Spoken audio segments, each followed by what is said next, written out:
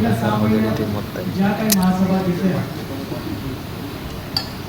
त्यामध्ये आपल्याला 2 विशेष महासभा घ्याव्या लागल्या. त्यामध्ये पहिली महासभा होती पाण्यासाठी आणि दुसरी महासभा होती खड्ड्यांसाठी.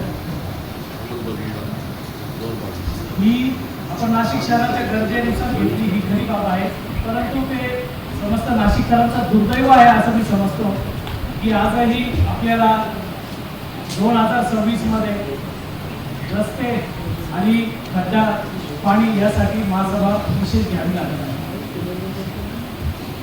मी हे यासाठी सांगू इच्छितो मॅडम, मी लहान असताना माझ्या आधी नाशिक रोड देवळाली नगरपालिका होती, तेव्हा नगरसेविका होत्या.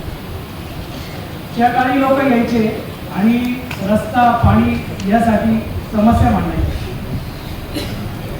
मला असं वाटलं होतं की मी योगायोगाने नगरसेवक झालो आहे तर या समस्या आता राहिल्या नसतील, परंतु या ज्या समस्या आहेत या त्या काळापासून पण आजपर्यंत तशाच आहेत.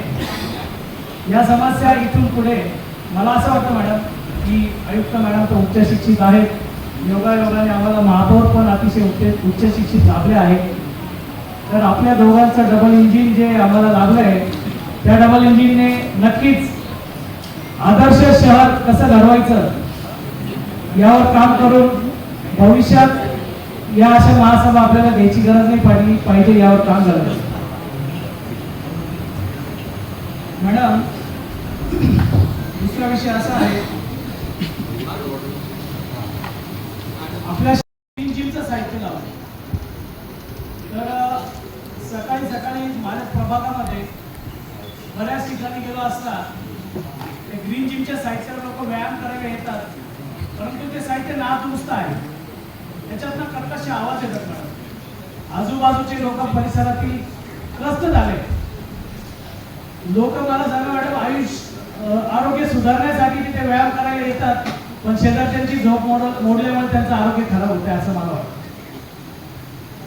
तर या संदर्भात मी उद्यान विभागाला विचारणा केली असता असं कळलं की उद्यानातील जे ग्रीन जिमचं साहित्य ते बांधकाम विभागाच्या अंतर्गत आहे. आम्ही बांधकाम विभागात गेलो, त्यांना विचारलं की यावर आपण काय करत आहात, ते साहित्याची दुरुस्ती का होत नाही. मॅडम, आपण या शहरामध्ये विविध निधीमार्फत करोडो रुपयाचे ग्रीन जिमचे साहित्य बसवले आहे. त्या साहित्याची अतिशय दयनीय अवस्था झाली आहे व ते साहित्य दुरुस्त करण्यासाठी कुठल्याही प्रकारची आपल्याकडे ठेकेदारी किंवा नेमणूक कोणाची झालेली नाहीये. तर माझी समस्त नगरसेवक जे 122 नगरसेवक आहेत हा प्रश्न सर्वांच्याच प्रभागातला आहे. तर या साहित्याच्या दुरुस्तीसाठी आपण त्वरित कोणाला तरी एखाद्याची नेमणूक करून योग्य रीतीने त्याचा मेंटेनन्स करावा अशी विनंती करतो. मॅडम, हे सभागृह आणि समस्त नाशिककर आपल्याकडे खूप अपेक्षेने बघत आहे की नाशिक शहरात कुंभमेळ्याच्या निमित्ताने करोडो रुपये येत आहेत आणि आपणही मी मागच्या वेळी सांगितलं तसंच पुन्हा एकदा सांगतो की बरेचसे निधी आपण मुख्यमंत्री साहेब असतील, उपमुख्यमंत्री साहेब असतील त्यांच्या मार्फत शहरात मिळून देण्यात तुमची बराचसा फॉलो चालू आहे. कमिशनर मॅडम,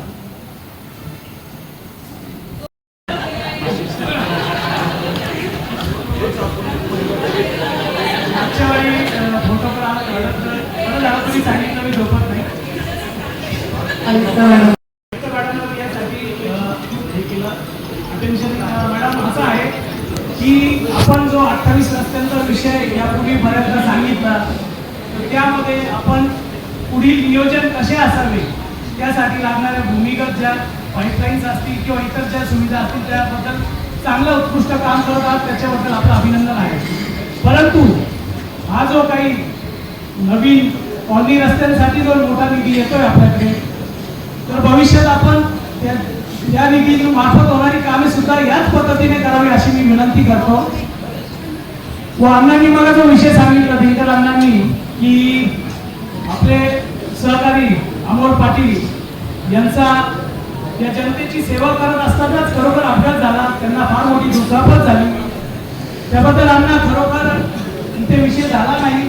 मला वाईट वाटलं की आम्ही तर नवीन आहोत, परंतु तो विषय झाला पाहिजे होता इथे. आणि अमोल भाऊंनी एवढी वाईट परिस्थिती असताना मी बघितलं, त्यांना व्हीलचेअरवर आणलं, पाय सरळ ठेवण्यासाठी खुर्ची ठेवावी लागली पुढे. आणि इथे येऊन त्यांनी तळमळीने काही प्रश्न मांडले, त्यांचं मी खरोखर अभिनंदन करतो. तो निर्णय घेण्याचा अधिकार हा जजला असतो. परंतु मला असं वाटतं की आपले जे वकील आहेत ते प्रभावीपणे आपले मुद्दे मांडत नाहीये, तर त्याचा परिणाम हा विरोधात जात आहे. त्याच्याबद्दल आपण खरोखर निर्णय घ्या. अजय दादा असतील, सुधा भाऊ असतील, अमोल भाऊ असतील, या सर्वांनी या विषयात चांगला मुद्दा मांडला. तर आपण या विषयाबद्दल खरोखर गांभीर्याने हा विषय घेऊन नवीन वकिलांचा पॅनल नियुक्त करा.